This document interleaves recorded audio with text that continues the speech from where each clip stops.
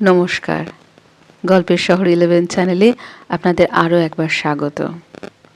বাল্যপ্রেম। খুব কম ভাগ্যবানই আছেন যাদের এই বাল্যপ্রেম পরিণতি লাভ করে। বেশিরভাগ ক্ষেত্রেই বাল্যপ্রেম অধরা থেকে যায়। তাহলে ছোটবেলার যে ভালোবাসা, তাতে কি সত্যিই অভিশাপ থাকে?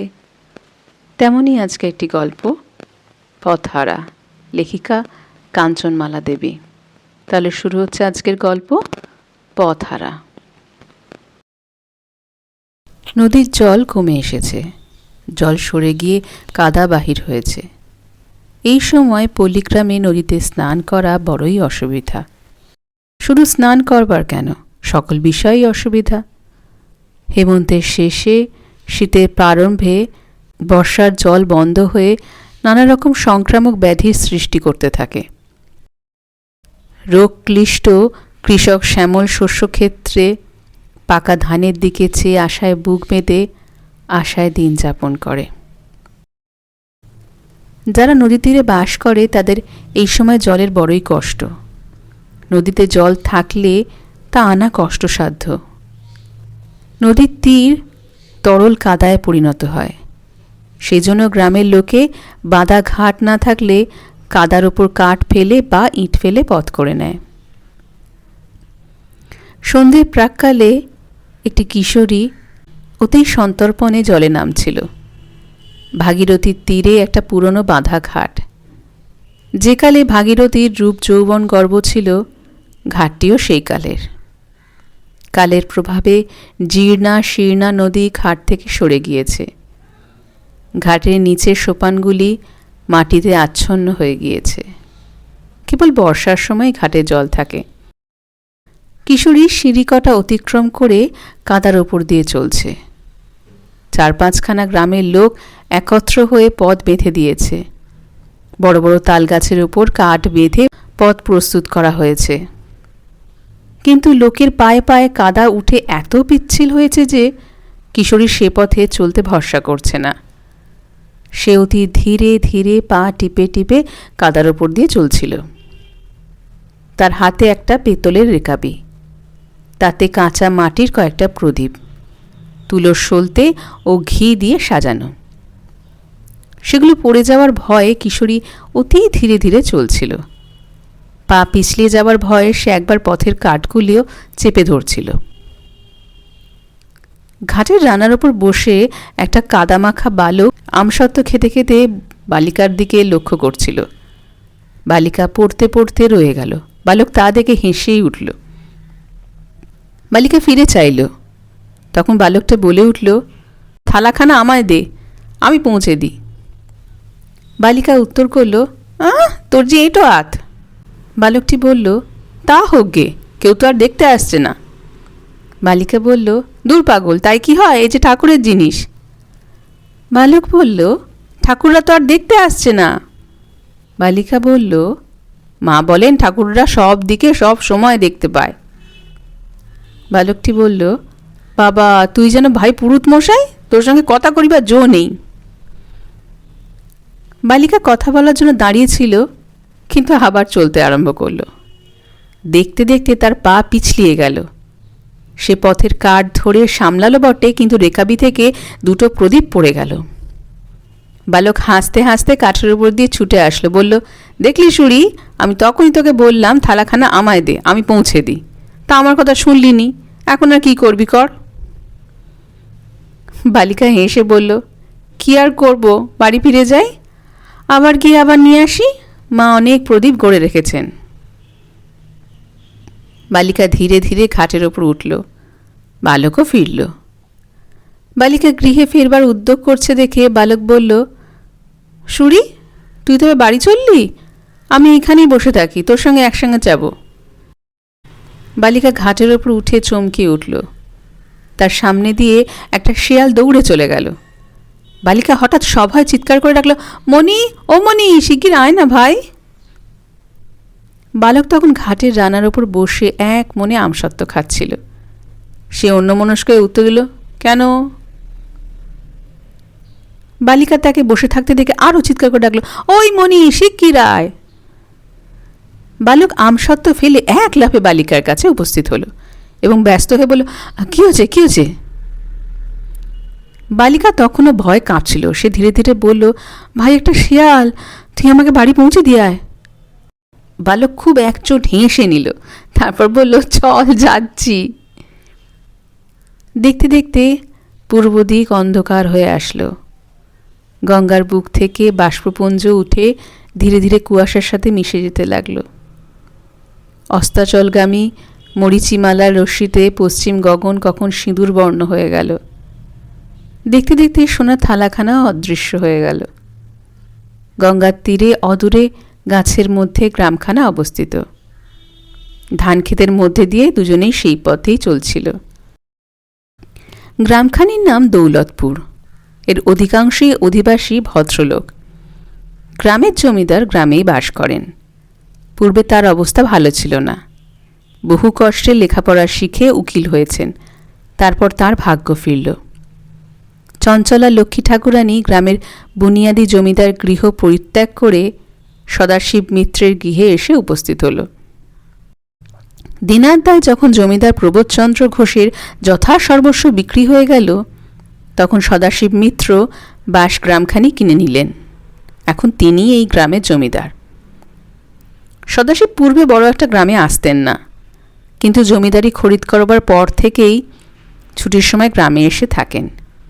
দু একটা করে পুজো পার্বণও আরম্ভ করেছেন। গ্রামের কেউ কেউ আগের অভ্যেস মতো প্রবোধবাবুকে জমিদার বলে ফেললে মিত্রমহাশয় বড়ই অসন্তুষ্ট হন। পুরানো জমিদার বংশ লোপ হতে চলেছে। প্রবোধবাবুর বয়স প্রায় 50 বছরের কাছাকাছি। সুরমা তার একমাত্র কন্যা। আর সন্তান হবার কোনো আশাও নেই।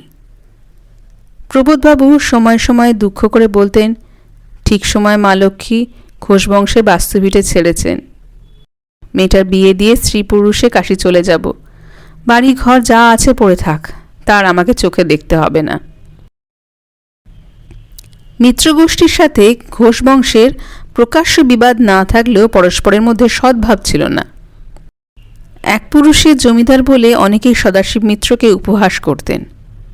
মিত্রমশাইও অন্নহীনের বুনিয়াদি চাল সম্বন্ধে নানান কথা বলতেন। মণিলাল সদাশিব মিত্রের একমাত্র পুত্র। মিত্রমহাশয় আরও অনেকগুলি সন্তান হয়েছিল, কিন্তু তারা কেউই আর বেঁচে নেই। হারামরা বলেই মণিলাল বড়ই আদরের। মণিলাল প্রচণ্ড দুষ্টু। গ্রামের কোনো ছেলের সাথে তার বনে না। তার গুণের মধ্যে একটি, সে পড়াশোনায় বড়ই মনোযোগী। এই জন্য তার পিতা দুষ্টুমির জন্য তাকে কিছু বলতেও পারেন না। মণিলাল যতদিন শহরে ছিল ততদিন কারোর সাথে মিশত না, কিন্তু দৌলতপুরে এসে তার এক আশ্চর্য পরিবর্তন দেখা গেছিল। সুরমার সাথে কোথায় তার পরিচয় হয়েছিল তা কেউ বলতে পারে না। সে ক্রমশ সুরমার বশীভূত হয়ে পড়েছিল। তার কথায় বাধ্য হয়ে সুরমাকে সময় সময় মিত্রবাড়িতে যেতে হতো। আর সে তো সমস্ত দিনই সুরমাদের বাড়িতেই কাটিয়ে দিত। সদাশিব মিত্র নিষেধ করেও মণিলালের সুরমাদের বাড়ি যাওয়া বন্ধ করতে পারেনি। প্রবোধবাবু প্রকাশ্যে কিছু না বললেও মনে মনে বেশ চড়তেন। কিন্তু উভয় গোষ্ঠীতেই এদের যাতায়াত সহ্য হয়ে গিয়েছিল। সুরমার মা তুলসীতলা সন্ধে দিচ্ছিলেন। দূর থেকে দেখে সুরমাকে জিজ্ঞাসা করলেন, সুরি, তুই যে বড় ফিরে এলি? সুরমা বলল, কাদায় পড়ে গিয়েছিলুম মা, তাই আবার প্রদীপ নিতে এসেছি। মা ঠাকুর ঘর থেকে প্রদীপ বের করে দিলেন। কন্যা তার রেখাবিতে তুলে নিল। মা তখন আবার বললেন, তুই অন্ধকারে যেতে পারবি তো? একা কেন? আমার সঙ্গে যে মণিলাল এসেছে। কই? ওই যে কাঁঠালতলা দাঁড়িয়ে আছে। আমি তো তাকে দেখতে পাইনি। বাস্তবিকই মণিলাল নিতান্তই অপরাধীর মতো দূরে অন্ধকারে দাঁড়িয়েছিল। সুরমা উঠোন ছেড়ে বাহির হল। মণিলাল কিছু না বলে পিছু পিছু চলল। সুরমার মা তুলসীতলা প্রণাম করতে করতে বললেন, হে ঠাকুর, আমার সুরির যেন মণিলালের সাথেই বিয়ে হয়। দীর্ঘ বছরগুলো যেন দেখতে দেখতেই কেটে যায়। কালের গতি অবিরাম কিন্তু নীরব। দেখতে দেখতে 5 বছর কেটে গেছে। দৌলতপুর গ্রামে অনেক পরিবর্তন হয়েছে। সুরমা আর কিশোরী নেই। মণিলালও কাদা মেখে গঙ্গার ঘাটে বসে আমসত্ত্ব খায় না। সুরমা এখন পূর্ণ যুবতী, কিন্তু এখনও তার বিয়ে হয়নি। মণিলালও বড় হয়ে উঠেছে। সে এখন কলকাতার কলেজে পড়ে। আধুনিক যুবা জনচিত সভ্যতার আদব কায়দাগুলো মণিলালের বেশ অভ্যস্ত হয়েছে। তার পাড়াগে ভাবটা কেটে গিয়েছে। পুত্র শৌখিন হয়েছে দেখে মণিলালের মা বিবাহ দেওয়ার জন্য ব্যস্ত হয়েছেন, কিন্তু মণিলাল বিবাহ করতে চায় না। সে কলকাতা থেকে দৌলতপুরে বড় একটা আসতেই চায় না। কলেজ ছুটি হলে হয় অন্য স্থানে বেড়াতে যায়, নয়তো কলকাতাতেই থাকে। বছরের মধ্যে দু একবার যখন বাড়ি আসে, তখন মণিলাল সর্বাগ্রে সুরমাদের বাড়ি ছুটে যায়। মণিলাল বিবাহ করতে চায় না, এই কথাটা গ্রামের রাষ্ট্র হতে বাকি রইল না। কুৎসা যাদের উপজীবিকা, তাদের একটা নতুন খোরাক জুটল। কেউ বললেন, সুরমা স্বয়ংবরা হয়েছে। কেউ বলল, মণিলাল গান্ধর্ব বিবাহ করেছে। কোনো কোনো দূরদর্শী রাজনৈতিক এতে রোমিও জুলিয়েটের কাহিনীরও পূর্বাভাস দেখতে পেলেন। যাদের নিয়ে এত কথা চলছে, ক্রমশ এ কথা তাদের কানেও পৌঁছাল। সুরমা তো লজ্জায় মরে যায়। মণিলাল দৌলতপুরে আসা পরিত্যাগ করল। মণিলালের মা ভাবলেন যে ছেলে হয়তো সুরমার জন্যই বিবাহ করতে চায় না, এবং স্থির করলেন যে সুরমার সাথে সম্বন্ধ হলে মণিলালের বিবাহে আপত্তি থাকবে না। স্বামীকে রাজি করতে তার বেশি বেগ পেতে হলো না, কারণ মণিলালের জন্য সদাশিবও চিন্তিত হয়ে পড়েছিলেন। যথাসময়ে সদাশিব মিত্রের প্রস্তাবে প্রবোধবাবুর কাছে উপস্থিত করা হলো। মিত্রমশাই ভেবেছিলেন যে তার প্রস্তাব হয়তো সাদরে গৃহীত হবে, সেজন্য বিবাহ সম্বন্ধে এক প্রকার নিশ্চিতই হয়েছিলেন। ঘটক যখন ফিরে এসে বললেন যে প্রবোধ ঘোষ মিত্রবংশে কন্যা দান করবে না, তখন বিস্ময়ে তার বাক রুদ্ধ হয়ে গেল। সুরমার মা কিছুতেই স্বামীর মত করাতে পারলেন না। প্রবোধ ঘোষ অপমান ভুলতে পারেননি, প্রতিজ্ঞা করেছিলেন যে সদাশিব মিত্রের পুত্রকে তিনি কন্যাদান করবেন না। কলকাতায় বসে মণিলাল এই সমস্ত কথা শুনেছিল। সে স্থির করল যে দৌলতপুর গ্রামে আর যাবে না। অনেক অনুসন্ধানের পরে সুরমার বিবাহ সম্বন্ধ স্থির হল। দূরদেশের একজন ধনবান জমিদার যৌবনের শেষে পত্নীহারা হয়ে একটি বয়স্থা সুন্দরী পাত্রীর অনুসন্ধান করছেন। সুরমাকে দেখে তার বড়ই পছন্দ হল। শুভদিন দেখে সুরমার বিবাহ হয়ে গেল। লজ্জায়, ঘৃণায়, অভিমানে মিত্রজা একেবারে মরমে মরে গেলেন। যথাসময়ে মণিলাল সুরমার বিবাহের কথা শুনল। কথা শুনে দ্বিগুণ আরও মনোসংযোগ করল পড়াশোনায়। সদাশিব মিত্র ভাবলেন পুত্রের জীবনে ছায়া বোধহয় কেটে গেল। সুরমা এখন ধনীর গৃহিণী, বাপের বাড়ি আসার অবসরই পায় না, আসলে দু একদিন থেকে চলে যায়। প্রবোধ ঘোষ তার ভদ্রাসনখানি এক ব্রাহ্মণকে দান করে কাশীবাসের চেষ্টায় আছেন। তিনি বলে থাকেন যে সুরমাকে এমন ঘর দিয়েছেন যে তার পক্ষে পিতৃগৃহে আসা অসম্ভব। সুতরাং তিনি কাশীবাস করলেও সে কখনো তার অভাব অনুভব করবে না। বহুকাল পরে সুরমা দৌলতপুরে এসেছে। তার বাবা মা কাশী যাত্রা করবেন, সেজন্য একবার দেখা দিতে এসেছে। সুরমা এসে শুনেছে যে সদাশিব মিত্র তার পত্নী গঙ্গা লাভ করেছে। মণিলালদের বাড়িতে আর কেউ নেই। সে নিজে কলকাতায় থাকে, ভুলেও দেশে আসে না। একদিন সন্ধ্যের আগে পাড়া বেড়াতে গিয়ে সুরমা মণিলালদের বাড়িখানা দেখে এসেছে। দেখে নিজের অজ্ঞাতসারে একটা দীর্ঘ নিঃশ্বাস ফেলে এসেছে। এই তো সেদিন সে সদাশিব মিত্রের কোলাহলপূর্ণ অট্টালিকার সুখের সংসার দেখে গিয়েছে, আর আজ দুদিন পরে সেখানে মহাশ্মশান। প্রবোধবাবু যেদিন কাশীযাত্রা করবেন সেই দিন প্রভাতে সুরমা এক দাসী নিয়ে গঙ্গা স্নান করতে চলেছে। তার শ্বশুরালয় থেকে গঙ্গা বহুদূর, সেই জন্যও বটে, আর জন্মের মতো শৈশবের লীলাক্ষেত্র বাল্যের কৈশোরের সুমধুর স্মৃতি বিজড়িত স্নানগুলো দেখবার জন্যও বটে। সুরমা পুরনো বাঁধা ঘাটে স্নান করতে যাচ্ছিল। ঘাটের অবস্থা ক্রমশ অতি শোচনীয় হয়ে উঠেছে। চাতাল ও রানাগুলো ভেঙে গিয়েছে, তা কেউ সংস্কার করে দেয় না। ঘাটের ধাপগুলো কাদায় ভরে গিয়েছে। গঙ্গার জলও অনেক দূর সরে গিয়েছে। এখন বর্ষার সময়ও ঘাটে জল আসে না। ঘাটের অবস্থা দেখে সুরমার চোখে জল আসলো। গ্রামের লোক এখন আর ঘাট ব্যবহার করে না, স্নান করতে এসে ঘাটের পাশ দিয়ে চলে যায়। সুরমা গ্রামের পথ ছেড়ে ভালো করে দেখার জন্য ঘাটের ওপর উঠল। সে দেখল যে সকলের নিচের ধাপে একজন সুসজ্জিত পুরুষ বসে আছে। সুরমা দাঁড়ালো। তার দাসী তখনও পেছনে পড়েছিল, তার জন্য অপেক্ষা করতে লাগল।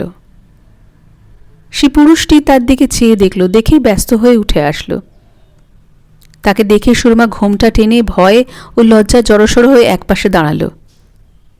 যুবক তাকে দেখে অপ্রস্তুত হয়ে ডাকল, সুরমা। সুরমা মুখ তুলে চেয়ে দেখল সে মণিলাল। মণিলাল তাকে নিরুত্তর দেখে বলল, সুরমা, আমায় চিনতে পারলে না? সুরমা তখন একটা প্রণাম করে বলল, হ্যাঁ পেরেছি, আপনি মণিদা। উত্তর শুনে যুবকের মুখ লাল হয়ে উঠল। উভয়ে অল্পক্ষণ নীরবে দাঁড়িয়ে রইল। তারপর মণিলাল বলল, সুরমা, তুমি তো দৌলতপুর ছেড়ে যাবে শুনে একবার দেখতে এলাম। সুরমা কোনো উত্তর দিল না, অধম মুখে দাঁড়িয়ে রইল। মণিলাল আবার বলল, সুরমা, তবে এখন আসি। সুরমা আর কি বলতে যাচ্ছিল, কিন্তু আর বলা হলো না। মণিলাল ঘাট ছেড়ে চলে গেল। কলকাতায় জগন্নাথ ঘাটে আজ লোকের বড় ভিড়, কারণ আজ বারুণী। পল্লীগ্রাম থেকে দলে দলে লোক গঙ্গা স্নান করতে এসেছে। গঙ্গার ধারে পথে লোক আর ধরছে না, তার ভেতরে সারি সারি গাড়ি আসছে। একখানা বড় গাড়ি ঘাটে এসে দাঁড়ালো। তা থেকে 3টি পুরুষ ও দুজন স্ত্রীলোক নামল। একজন চাকর তাদের কাপড় গামছা ইত্যাদি নামিয়ে দিল।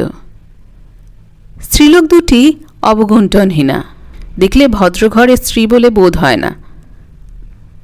তারা ঘাটের সামনে দাঁড়িয়ে রইল। পিছনে একখানা ভাড়া গাড়ি এসে দাঁড়িয়েছিল। তা থেকে একজন বিধবা স্ত্রীলোক এবং 2জন দাসী নেমে দূরে দাঁড়িয়েছিল। পুরুষ 3 জনের মধ্যে 2জন অতিরিক্ত মদ্যপানের জন্য স্থির হয়ে দাঁড়াতে পারছিল না। তাদেরকে দেখবার জন্য ঘাটের সম্মুখে লোক জমে গিয়েছিল। স্ত্রীলোক 3টি পথ না পেয়ে একপাশে সরে দাঁড়িয়েছিল। তাদের সঙ্গে একজন দারোয়ানও এসেছিল। সে তাদের রক্ষা করবার জন্য তাদের সম্মুখে এসে দাঁড়িয়েছিল। কলকাতার ভিড়ের সময় পথে গাড়ি দাঁড়াতে দেয় না, সেজন্য তাদেরকে বাধ্য হয়ে গাড়ি থেকে নেমে দাঁড়াতে হয়েছিল, এবং মাথালের দল সামনে পড়ায় তাদেরকে বাধ্য হয়ে অপেক্ষাও করতে হচ্ছিল। সুখের বিষয় এটাও যে কলকাতায় বেশিক্ষণ ভিড়ও থাকতে পায় না। একজন কনস্টেবল এসে ভিড় সরিয়ে দিল।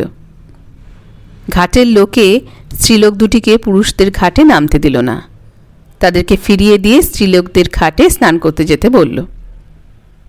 ভাড়াটে গাড়িতে যে বিধবা রমণী 2টি দাসী নিয়ে স্নান করতে এসেছিলেন, বেশ্যা দুটিও সেইখানেই স্নান করতে গেছিলেন এবং সেইখানে গিয়ে জলে নামল। তারা নানা ছলে তাদের সঙ্গে আলাপ করার চেষ্টা করতে লাগল। বিধবা রমণীটি তখন স্নান করে পুজো করছিলেন। দাসীরা তাদের সঙ্গে কথা বলতে লাগল। তারা যখন শুনল যে দাসী দুটি দৌলতপুর থেকে আসছে, তখন তারা সাগ্রহে বলে উঠল যে তাদের বাবুও দৌলতপুরের জমিদার। দাসীরা নাম জিজ্ঞাসা করলে তাদের মধ্যে একজন বলল, বাবুর নাম মণিলাল মিত্র। নাম শুনে রমণীর পূজায় বাধা পড়ল। তিনি ব্যস্ত হয়ে জিজ্ঞাসা করলেন, কি বললে বাচ্চা, কি নাম বললে? আগে বাবুর নাম মণিলাল মিত্র। তার বাড়ি কি দৌলতপুরে? হ্যাঁ, তিনি দৌলতপুরেরই তো জমিদার। রমণী দুটির বাবুর ঐশ্বর্য গৌরবের পরিচয় দিতে লাগল। বাবু তাকে কলকাতায় বাড়ি কিনে দিয়েছেন, বহুমূল্য আসবাবে তা সুসজ্জিত করে দিয়েছেন, হিরোয়ে মুক্তোর অলঙ্কারে তার সর্বাঙ্গ সাজিয়ে দিয়েছেন। দাস দাসী ঘোড়া গাড়ি সমস্তই তার, এমনকি তার জন্য বাবু বিয়ে পর্যন্ত করেনি। দাসী দুটি অবাক হয়ে তাদের কথা শুনছিল, কিন্তু বিধবা মহিলাটির বোধহয় তার অধিকাংশই শুনতে পাননি, কারণ তখন তিনি ঘোমটা টেনে দিয়ে আবার পুজো আরম্ভ করেছিলেন। পুজো শেষ করে বিধবা মহিলা জল থেকে উঠলেন। দাসী দুটিও উঠল, বেশ্যা দুটিও পেছন পেছন আসছিল। ঘাটের ওপর সঙ্গী দুটি বেশ্যাদের জন্য অপেক্ষা করছিল। বিধবা স্ত্রীলোকটি দূর থেকে লক্ষ্য করে দেখলেন, তারপর দরওয়ানকে ডেকে তাদের মধ্যে একজনকে তার নিকট ডেকে আনতে বললেন। দারোয়ান পুরুষটিকে ডাকবা মাত্রই সে ব্যক্তি আশ্চর্য হয়ে ও সলজ্জভাবে ধীরে ধীরে বিধবার সম্মুখে এসে দাঁড়াল। তখন রমণী তার ঘোমটা সরিয়ে বললেন, মণিদাদা, আমাকে চিনতে পারেন? এই বলে গলার কাপড় দিয়ে তাকে প্রণাম করল। পুরুষটি আশ্চর্য হয়ে দুহাত সরে গেল, তারপর বলল, কে কে আপনি? আমি তো চিনতে পারছি না। একেবারেই চিনতে পারছেন না? কই না তো। আমি সুরমা। পুরুষটি দু হাত পিছনে হটে গেল, বলল, তুমি তুমি সুরমা? হ্যাঁ, আমি সুরমা। মণিদাদা, আপনার সঙ্গে আমার বিশেষ কাজ আছে। আমি আজ 2 বছর বিধবা হয়েছি, বড়ই বিপদে পড়েছি। আপনি আমার সঙ্গে করে আপনার বাসায় নিয়ে চলুন। আমার সঙ্গে লোক আছে, আপনার কোনো লজ্জা নেই। মণিলাল বিষম বিপদে পড়ল। কলকাতায় তার কোনো বাসা নেই, সে যেখানে থাকে সেখানে ভদ্র গৃহস্থের স্ত্রীলোক নিয়ে যাওয়া যায় না। যাকে সঙ্গে করে নিয়ে এসেছে তাদেরকেই বা ফেলে যায় কোথায়? বহুকাল পরে সুরমার দেখা পেয়েছে, আবার তার একটা অনুরোধ। বিশেষ করে সে যখন বিপদে পড়েছে তখন সেটা এড়াতেও মন সরছে না। সুরমা তখন বলল, আমায় আজ নিয়ে যেতেই হবে, আমি বড় বিপদে পড়েছি মণিদাদা। আমার দেওরের সঙ্গে বিষয় নিয়ে মকদ্দমা চলছে, আমার পক্ষে কেউ নেই। মণিলাল অনেকক্ষণ গুম হয়ে থাকল। অনেকক্ষণ পর আমতা আমতা করে বলল, আমার তো এখানে বাসা নেই সুরমা, আমি পরের বাড়ি থাকি, সেখানে তোমায় নিয়ে যাব কি করে? সুরমা তখন বলল, তবে আপনি আমার সঙ্গে আসুন। কি উত্তর দেবে ঠিক করতে না পেরে মণিলাল চুপ করে দাঁড়িয়ে রইল। সুরমা তার দারোয়ানকে গাড়ি ডেকে আনতে বলল। গাড়ি আসলো। সুরমা মণিলালকে তাতে উঠতে বলল। কলের পুতুলের মতো মণিলাল গাড়িতে গিয়ে উঠল। তার পুরুষ সঙ্গী দুজন দৌড়ে আসলো। মণিলাল তাদেরকে বলল, তোমরা ফিরে যাও, আমি পরে যাব। দাসীদের নিয়ে সুরমা গাড়িতে উঠল। গাড়ি চলে গেল। মণিলালের সঙ্গী ও সঙ্গিনীগণ ফ্যালফ্যাল করে চেয়ে রইল। গাড়িখানা একটা প্রকাণ্ড ফটকের ভেতর প্রবেশ করল। মণিলাল আশ্চর্য হয়ে চেয়ে রইল। ফটক পার হয়ে প্রকাণ্ড একটা বাড়ির সামনে গাড়ি দাঁড়ালো। মণিলাল নেমে আসলে একজন আমলা তাকে নিয়ে গিয়ে বৈঠকখানায় বসালো। সুরমার বাড়ির সাজসজ্জা দেখে মণিলাল অবাক হয়ে গেল। চারদিকে বহুমূল্য আসবাব, প্রকাণ্ড প্রকাণ্ড ঘর দাসদাসীতে পরিপূর্ণ। অবিলম্বে তার ডাক পড়ল। মণিলাল অন্দরে গিয়ে আহার করতে বসল। সুরমা তাকে বসে খাওয়ালো। বিকেলে মণিলাল চলে যাওয়ার জন্য ব্যস্ত হলে সুরমা তাকে খবর দিয়ে পাঠালো এবং সুরমা আসলে বলল, কই মোকদ্দমার কি কথা বলবে বলেছিলে? সুরমা বলল, কাল সকালে আমার দেওয়ান আসবে, তখন সমস্ত কথা হবে। সন্ধ্যার সময় অভ্যাসের দোষে মণিলাল চলে যাওয়ার জন্য ছটফট করতে লাগলো, কিন্তু লজ্জায় কোনো কথা বলতে পারল না। সুরমার বাড়িতে এসে মণিলাল যেমন আরাম পেয়েছিল এমন আরাম সে বহুদিন পায়নি। বাড়ির লোকে যেন তার জন্য কাপড় জুতো জামা ঠিক করে রেখেছে, তাকে কোনো অভাব বুঝতে দিচ্ছে না। সকালে উঠে মণিলাল সুরমার কাছে খবর পাঠালো। শুনল যে সে পূজায় বসেছে। বেলা 9টার সময় দেওয়ান আসলে সুরমা মণিলালকে ডেকে পাঠালো। মণিলাল অন্দরে গিয়ে মোকদ্দমার সমস্ত কথা শুনল। দুপুরবেলা আহারের সময় মণিলাল সুরমাকে বাসায় ফিরে যাওয়ার কথা বললে তার উত্তরে সুরমা বলল, মণি দাদা, তুমি যেখানে আছো সেখানে তোমার আর যাওয়া হবে না। মণিলাল মুখ হেঁট করে রইল, লজ্জায় কোনো কথা বলতে পারল না। এভাবে 1 সপ্তাহ কেটে গেল। মণিলালের আর ফিরে আসা হলো না। তার সঙ্গীর দল তার সাথে দেখা করতে সে ফিরে গেল। সুরমার আদেশে তারা বাড়ি ঢুকতেও পারল না। একদিন রাত্রিতে আহারের পর সুরমা বলল, মণিদা, তুমি এবার বিয়ে করে সংসারী হও। মণিলাল মুখ গুঁজে রইল, কোনো কথা বলল না। তারপর থেকে প্রায় প্রতিদিনই সুরমা বিবাহের কথা পারত, কিন্তু মণিলাল উত্তর দিত না। আমি বিবাহ করব, কিন্তু তুমি দিতে পারবে কি? সুরমা বলল, পারবো। তুমি যেমন কোণেটি চাও আমি তেমনটিই খুঁজে বার করব। মণিলাল বলল, আমি এতদিন কেন বিয়ে করিনি তা তো তুমি জানো সুরমা। সুরমা বলল, গ্রহের দোষে। মণিলাল বলল, গ্রহের দোষী বলো আর বরাতের দোষী বলো, একজনের দোষ তো বটেই। তারপর মণিলালের মুখ খুলে গেল। সে বলল, সুরমা, তোমাকে পাইনি বলে এতদিন বিয়ে করিনি। তোমাকে যদি কখনোও পাই তবে বিয়ে করব, না হলে এই জন্মে আর নয়। সুরমা ঘোমটা টেনেই উঠে পালালো। আর 2-3 দিন মণিলালের সামনেই এলো না।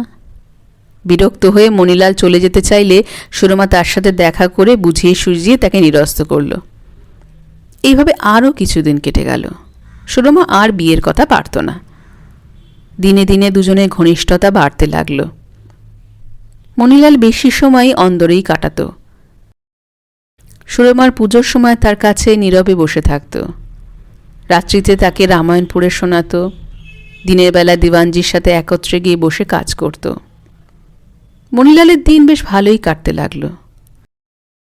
তাদের ভাবে কোনো দোষ না পেলেও লোকে নিন্দা আরম্ভ করল। মণিলাল তা শুনেও গ্রাহ্য করল না। সুরমা কিন্তু তা পারল না, সে মরল। একদিন রাত্রে মণিলাল দেখল বৃদ্ধ দেওয়ান তার বিছানার পাশে দাঁড়িয়ে তাকে ডাকছে। সে তাড়াতাড়ি উঠে বসল। দেওয়ান বলল, আপনি শীঘ্রই আসুন, কর্ত্রীর মৃত্যুকাল উপস্থিত। এক লাফে মণিলাল অন্দরে প্রবেশ করে দেখল নারায়ণের ঘরের সামনে মাটিতে পড়ে সুরমা ছটফট করছে। মণিলাল আসতে তার হাত ধরে বললেন, মণিদাদা, আমি চললাম, আমাকে একটা কথা দাও, বলো রাখবে। মণিলাল তাকে স্পর্শ করে শপথ করল। সুরমা তখন ধীরে ধীরে বলল, আমি মরলে বিবাহ করে সংসারী হয়েও। মণিলাল কথা বলতে পারল না, ঘাড় নেড়ে সম্মতি জানাল। মৃত্যুর কারো নীলিমায় তখন সুরমা সুবর্ণ গৌরকান্তি ঢেকে যাচ্ছিল। মরণ কাতর কণ্ঠে সুরমা বলে উঠল, সে যে তার জন্যই মরছে। লক্ষ্যভ্রষ্ট হয়ে ইচ্ছার বিরুদ্ধে সে যখন অপরের হাতে পড়েছিল তখন বহু চেষ্টা করে কৈশোরের আরাধ্য দেবতাকে সে ভুলেছিল। তাকে সুপথে এনে সংসারী করাবার জন্যই সে তাকে গঙ্গা তীর থেকে তুলে এনেছিল। পথ দেখাতে গিয়ে সে নিজেই পথ হারিয়েছিল। পথ ভ্রান্ত পুরুষের প্রায়শ্চিত্ত আছে, কিন্তু কুলো নারীর নেই। তাই সে মরেই প্রায়শ্চিত্ত করল। শেষ হলো আজকের গল্প, কাঞ্চনমালা দেবীর লেখা পথহারা। আশা করি গল্প এবং গল্প পাঠ আপনাদের ভালো লেগেছে। যদি ভালো লাগে তাহলে চ্যানেলটি সাবস্ক্রাইব করবেন আর গল্পটিতে একটি লাইক বাটন দিয়ে দেবেন। আসবো আবার নতুন কোনো গল্প নিয়ে। ততদিন সকলেই ভালো থাকবেন। নমস্কার, ধন্যবাদ।